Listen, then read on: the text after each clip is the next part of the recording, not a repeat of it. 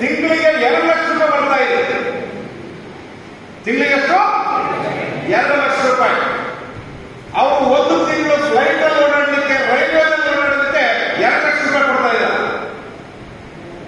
ಇದು ಮಾಜಿ ಶಾಸಕರು ನಾನು ಹೇಳ್ತಾ ಇರೋದು. ಆ ಮಾಜಿ ಶಾಸಕರು ಸತ್ತೋದ್ರೆ ಅವರ ಅವಲಂಬಿತರು ಅವರ ಹೆಂಡತಿಗೆ 40,000 ರೂಪಾಯಿ ಪೆನ್ಷನ್ ಬರ್ತದೆ. 40,000 ಬರ್ತದೆ. ಇತ್ತೀಚೆಗೆ ನಾವೆಲ್ಲ ಮಾರ್ಚ್ 3ನೇ ತಾರೀಕಿಂದ 7ನೇ ತಾರೀಕು ತನಕ ಬೆಂಗಳೂರಿನಲ್ಲಿ ಹೋರಾಟ ಮಾಡಿದ್ವಲ್ಲ, ಹೋರಾಟ ಮಾಡಿದ್ವಿ ಬಜೆಟ್ ಟೈಮಲ್ಲಿ. ನಮ್ಮ ಬೇಡಿಕೆ ಇರಲಿಲ್ಲ. ಏನೋ ಸ್ವಲ್ಪ ಬಿಸಿ ಹುಡುಗರಿಗೆ 1,000 ರೂಪಾಯಿ ಜಾಸ್ತಿ ಆಯಿತು. ಅದು ಬಿಟ್ಟರೆ ಕಟ್ಟಡ ಕಾರ್ಮಿಕರಿಗೆ ಮರಣ ಪರಿಹಾರ ಜಾಸ್ತಿ ಆಯಿತು. ಆದರೆ ಶಾಸಕರು 224 ಜನ ಶಾಸಕರು ಅವರ ಸಂಬಳವನ್ನು ಜಾಸ್ತಿ ಮಾಡಿಕೊಂಡು ಎಲ್ಲೂ ಚರ್ಚೆ ಮಾಡಲಿಲ್ಲ. ಒಂದು ವರ್ಷಕ್ಕೆ ಅವರಿಗೆ ಆ ಸಂಬಳ ಜಾಸ್ತಿ ಮಾಡ್ಕೊಳ್ಳೋದಕ್ಕೆ 135 ಕೋಟಿ ರೂಪಾಯಿ ಹೆಚ್ಚು ಮಾಡ್ಕೊಂಡ್ರು. ಯಾಕೆ? ಶಾಸಕರೆಲ್ಲ ತುಂಬಾ ಬಡವರು. ಶಾಸಕರೆಲ್ಲ ತುಂಬಾ ಬಡವರು. ನೋಡಿ, ಇಡೀ ದೇಶದಲ್ಲಿ ಬಿಜೆಪಿಯ ಮುಂಬೈ ಸೆಂಟ್ರಲ್ ಇಂದ ಗೆದ್ದಂತ ಒಬ್ಬ ಶಾಸಕ ಇಡೀ ದೇಶದಲ್ಲಿ ಅತಿ ದೊಡ್ಡ ಶ್ರೀಮಂತ ಶಾಸಕ.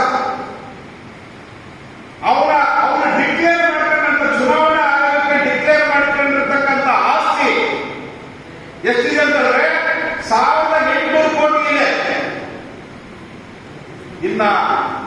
ಇನ್ನೆರಡು ಜನ ಶಾಸಕರು ಅತಿ ದೊಡ್ಡ ಶ್ರೀಮಂತರು ಎಲ್ಲಿದ್ದಾರೆ ಗೊತ್ತವರು? ಎಲ್ಲಿದ್ದಾರೆ? ಯಾರು? D K Shivakumar. ಅವ್ರದ್ದು ಆಸ್ತಿ ಡಿಕ್ಲೇರ್ ಮಾಡ್ಕೊಂಡಿರೋದಾದ್ರೆ 1,400 ಕೋಟಿ ರೂಪಾಯಿ. ಅಂದ್ರೆ ನೋಡಿ, 1,800 ಕೋಟಿ ರೂಪಾಯಿ ಇದೆ, ಒಬ್ಬರಿಗೆ 1,400 ಕೋಟಿ ರೂಪಾಯಿ ಇದೆ. ಇಡೀ ದೇಶದಲ್ಲಿ 32 ಜನ ಶಾಸಕರು, ಕರ್ನಾಟಕದ ಶಾಸಕರು ಬಿಲಿಯನರ್ ಇದ್ದಾರೆ. ಮೊದಲೆಲ್ಲ ಮುಂಬೈನವರಿದ್ರು, ಈಗ ಕರ್ನಾಟಕದ ಶಾಸಕರು 32 ಜನ ಬಿಲಿಯನರ್ ಇದ್ದಾರೆ.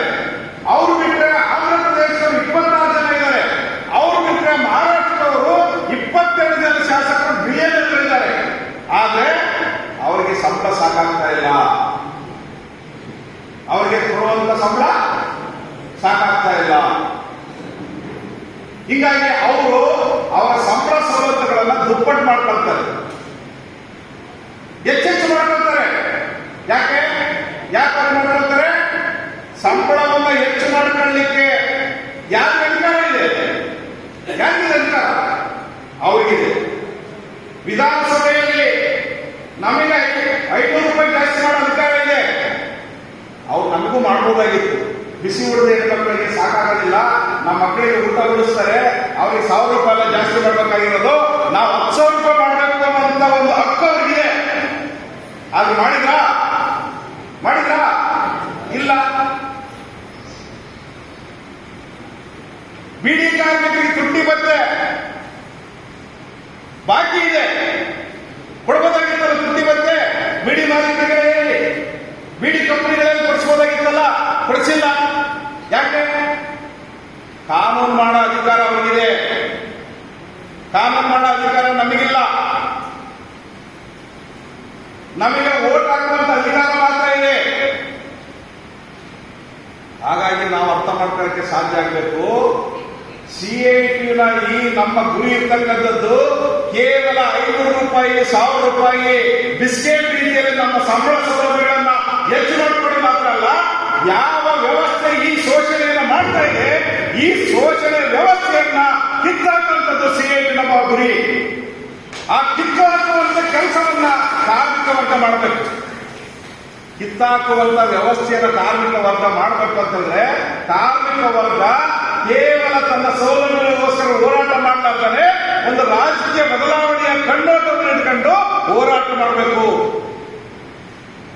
ಆ ಕಣ್ಣೋಟ ಬರದೇ ಹೊರತು, ಆ ರಾಜಕೀಯ ಪ್ರಜ್ಞೆ ನಮ್ಮ ಕಾರ್ಮಿಕ ವರ್ಗದಲ್ಲಿ ಬರದೇ ಹೊರತು ನಮ್ಮ ಬದುಕು ಬದಲಾಗೋದಿಲ್ಲ, ನಮ್ಮ ಜೀವನ ಬದಲಾಗೋದಿಲ್ಲ. ನಾವು ಹೋರಾಟ ಮಾಡಿದಾಗ ಬಿಸ್ಕೆಟ್ ಹಾಕ್ತಾರೆ, 500 ರೂಪಾಯಿ ಹೆಚ್ಚು ಮಾಡ್ತಾರೆ, ತುಟ್ಟಿ ಭತ್ಯೆ ಕೊಡ್ತಾರೆ, ವೇಜ್ ಅಗ್ರಿಮೆಂಟ್ ಮಾಡ್ತಾರೆ. ಆದ್ರೆ ಮತ್ತೆ ವಿಪರೀತವಾಗಿ ಬೆಲೆಗಳನ್ನು ಹೆಚ್ಚು ಮಾಡ್ತಾರೆ. ಹಾಗಾಗಿ ಸಿಐಟಿಯು ಒಂದು ಕ್ರಾಂತಿಕಾರಿ ಕಾರ್ಮಿಕ ಸಂಘಟನೆ. ಯಾಕಂತಂದ್ರೆ ಇದೊಂದು ಸುಧಾರಣವಾದಿ, ಕೇವಲ ಸುಧಾರಣವಾದಿ ಸಂಘಟನೆ ಅಲ್ಲ, ಅವರು ಸುಧಾರಣವಾದಿ ಸಂಘಟನೆ.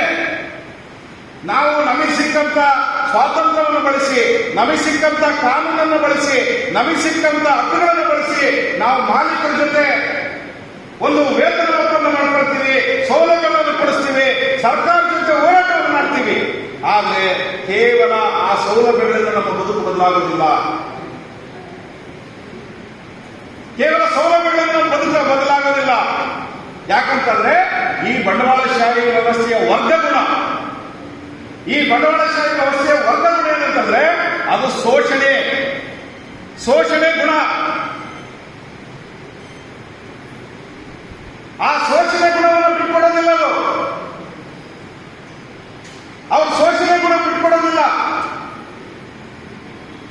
ಹಾಗಾಗಿ ನಾವು ಈ ಬಂಡವಾಳಶಾಹಿ ವ್ಯವಸ್ಥೆಯನ್ನು ಸುಧಾರಣೆ ಮಾಡಲಿಕ್ಕೆ ಆಗೋದಿಲ್ಲ.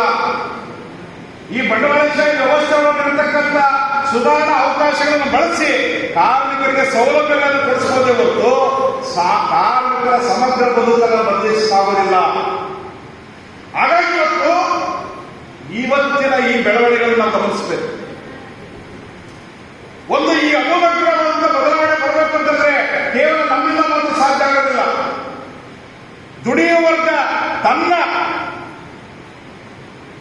ತನ್ನ ಆರ್ಥಿಕವಾದಂತಹ ಹೋರಾಟದ ಜೊತೆಗೆ ಸಾಮಾಜಿಕವಾದಂತಹ ರಾಜಕೀಯವಾದಂತಹ ಹೋರಾಟವನ್ನು ಕೂಡ ನಡೆಸತಕ್ಕಂಥದ್ದು ಬಹಳ ಅಗತ್ಯ ಇದೆ. ಆ ಹೋರಾಟವನ್ನು ನಡೆಸ್ತಾ ಇದ್ರೆ ದುಡಿಯುವ ವರ್ಗ, ಕಾರ್ಮಿಕ ವರ್ಗ ತನ್ನ ಕ್ರಾಂತಿಕಾರಿ ಕರ್ತವ್ಯದಿಂದ ವಿಮುಖಗೊಳ್ಳುತ್ತೆ. ಅದರಿಂದಾಗಿ ಮತ್ತಷ್ಟು ದುಡಿಯುವ ವರ್ಗ ಸಂಘರ್ಷವನ್ನು ಎದುರಿಸ್ತಾ ಇದೆ. ಇವತ್ತು ನಮ್ಮ ಪರಿಸ್ಥಿತಿಯನ್ನು ಸಮಕಾಲೀನ ಪರಿಸ್ಥಿತಿಗಳಿಗೆ ಅನ್ವಯಿಸಬೇಕು. ನೋಡಿ, ಒಂದೊಂದು ನಮ್ಮ ಇಡೀ ಸುತ್ತಮುತ್ತ ನಡೀತಕ್ಕಂಥ ಪ್ರತಿಯೊಂದು ಘಟನೆಗಳು ಕೂಡ ಕಾರ್ಮಿಕ ವರ್ಗಕ್ಕೆ ಒಂದು ಸಂಬಂಧಪಟ್ಟಂತ ಒಂದು ಘಟನೆಗಳಾಗಿವೆ. ದೇಶದ ಮೇಲೆ ಇಸ್ರೇಲ್ ದಾಳಿ ಮಾಡ್ತಾ ಇದೆ.